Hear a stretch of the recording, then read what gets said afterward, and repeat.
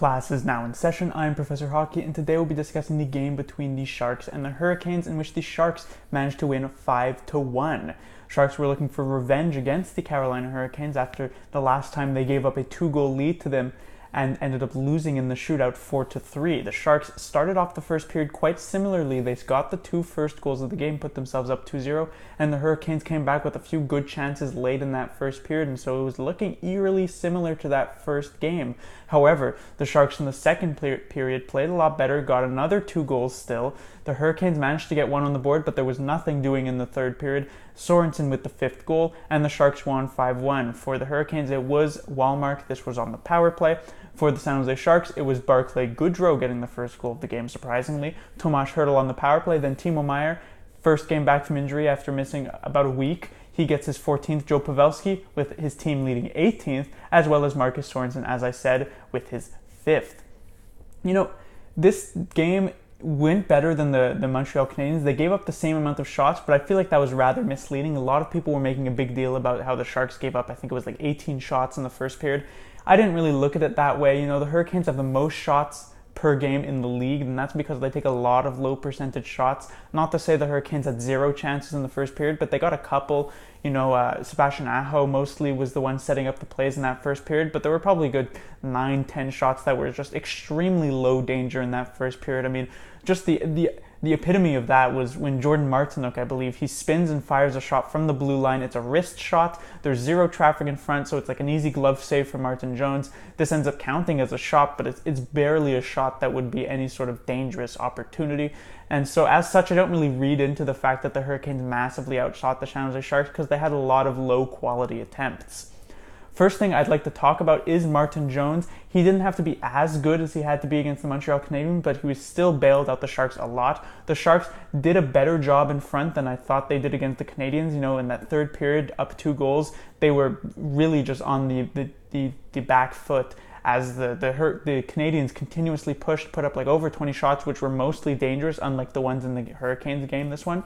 But I think Jones got a lot better help. Still, some defensive errors, some bad turnovers, mostly in the first couple of periods that forced Jones to make the save. But the difference between Martin Jones in this game and the previous one compared to him in the past, let's say 3 weeks prior, is that Martin Jones has been able to bail them out when they have made these mistakes. One comes to mind, the Jordan Staal 2-on-1. He gets a shot there. Maybe 2 weeks ago we would have been saying how Martin Jones gave that one up, but it wasn't really his fault. This time he comes up with the big save. The late in the first period, the pass in front to Sebastian Aho, basically all alone, goes for the 5-hole. Also wouldn't have technically been Jones's fault if he gave that one in, but he comes up big with another save. And so Martin Jones now 2 games in a row where he's looked very, very good, like the Martin Jones that we know he can be, that we've seen multiple times, especially in the Stanley Cup playoffs. And he looks like he could have his confidence back. We'll see what he does in the following game. Next is Marcus Sorenson, and I was very happy when I saw him get that 5th goal of the game, which put the Sharks up by 4 late in the third period. You know, it was not barely even an insurance goal. It was kind of just there to stop the Hurricanes in their tracks. But I really was happy to see that because Sorenson was having a great game for himself. He had a very good past couple of games, really. And, you know, in the first period, it was a new line. Sorensen and Thornton remained together, and Timo Meier joined them. In the first period, the Timo Meier, Thornton, and Sorensen line looked rather sort of out of whack together. You know, Thornton and Meier didn't really have too much chemistry, but I thought really Marcus Sorensen was the only redeeming factor on that line in that first period. He was doing a lot, mostly by himself with the puck. It did obviously pick up a ton of steam. Meier and Thornton both picked up 3 points in this game, which was very nice to see. But I really liked Marcus Sorensen's game all around. I've liked his game in the past couple, and he's really a good energy guy. He's good on the penalty kill and everything like that. Marcus Sorensen, a very key part of the San Jose Sharks, and they'll look to maybe keep him in their plans for the future, at least for the foreseeable future, I would say. Next is the power play. This was a big talking point for a lot of people in the past couple of months. A lot of people still saying, past couple of months, the season's only been going on for a couple of months, but 4 or 5 weeks. A lot of people have been saying that the power play is very predictable, is not doing well and everything like that. However, somewhat quietly even, the Sharks have been doing very, very well on the power play for the past 5 or so games. If you look back even onto that terrible road trip, Against the Buffalo Sabres in the second game of it, they had a power play goal. Against the Toronto Maple Leafs, the third game, they had 2 power play goals. Against the Ottawa Senators, they had a power play goal. Against the Canadiens, they had one. And here tonight against the Hurricanes, they had one. And so, if my math is correct, that's 5 games in a row with a power play goal now. 2 against the Maple Leafs, so 6 and 5. Power play is doing very well. I liked the first unit a lot better recently. They still have trouble entering the zone somewhat. They seem to have some issues getting past the 4 defenders at the blue line of the other team, but once they are in the zone, they're doing a very good job. Kevin Labanc had a very nice play on the power play. Kevin Labanc in general just had a very nice game, but a very nice pass on the power play to Tomas Hertl to get that goal.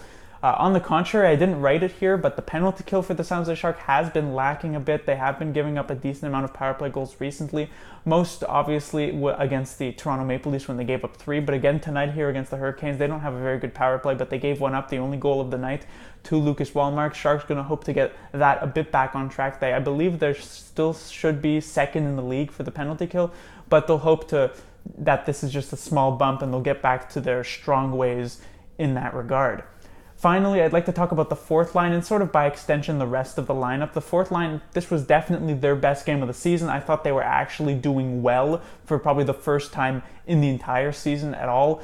Kevin Labanc was playing very well in the fourth line, even at even strength, which was rare for me to see. I thought Goodrow and Karlsson were actually not playing terrible offensively. I thought they were actually getting a couple of nice plays done. Obviously, Goodrow scored. Labanc with the primary assist there, also the primary assist on the power play goal. And so just in general, maybe the Sharks have finally found a fourth line that actually has worked. Most of the time, Labanc has ended up on the fourth line as sort of a punishment and it hasn't lasted long. But maybe looking forward, that's something DeBoer should just leave be. As you know, Labanc, maybe he gets a couple of nice matchups on the fourth line and he can actually work because he is a skilled player. He just sort of struggles as he's more of a smaller guy and he isn't the best defensively. But I guess we'll see what happens moving forward. But also with the rest of the lineup, the Hertl, Couture, Pavelski line remained to be rather solid. They got a few nice chances, a few nice moves in the offensive zone. Sorensen, Thornton, Meyer, I said they were a bit out of sync early on in that first period, but I thought in the second and third they really picked it up, got some nice chances. That looking like a good line moving forward. Kane, Suomela, and Donskoy. This line didn't actually get anything generated in this game in terms of goals, but I thought they still looked quite solid. Suomela had a couple of iffy plays, but I still feel like he's learning, adapting to the game, and he still looks strong in the offensive zone. I thought Evander Kane, he did take 2 penalties, which wasn't great, but he was actually getting some very nice chances in the offensive zone. Jonas Donskoy has looked more visible than he has in the past couple of weeks, so I don't know if the Sharks have struck lineup gold. I doubt these 12 players all remain in the same exact positions within, let's say, even just a week from now, as DeBoer is very quick to edit the lines.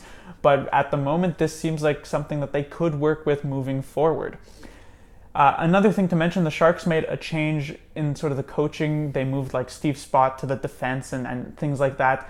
I said at the end of the Ottawa Senators game that the Sharks should make like a big change, and the coaching has really done that. They have juggled up the lines a ton, and in a very rare case, I don't think I've ever seen this before done by a team. Maybe it has happened, or at least in recent history, where he ends up switching up the assistant coaches. Zettler goes into the press box, and Barr comes down from the press box onto the bench. So DeBoer really doing everything that he can do, which is change the lineup, change the coaching to try and fix the team. And it seems like in these past couple of games, that has worked out.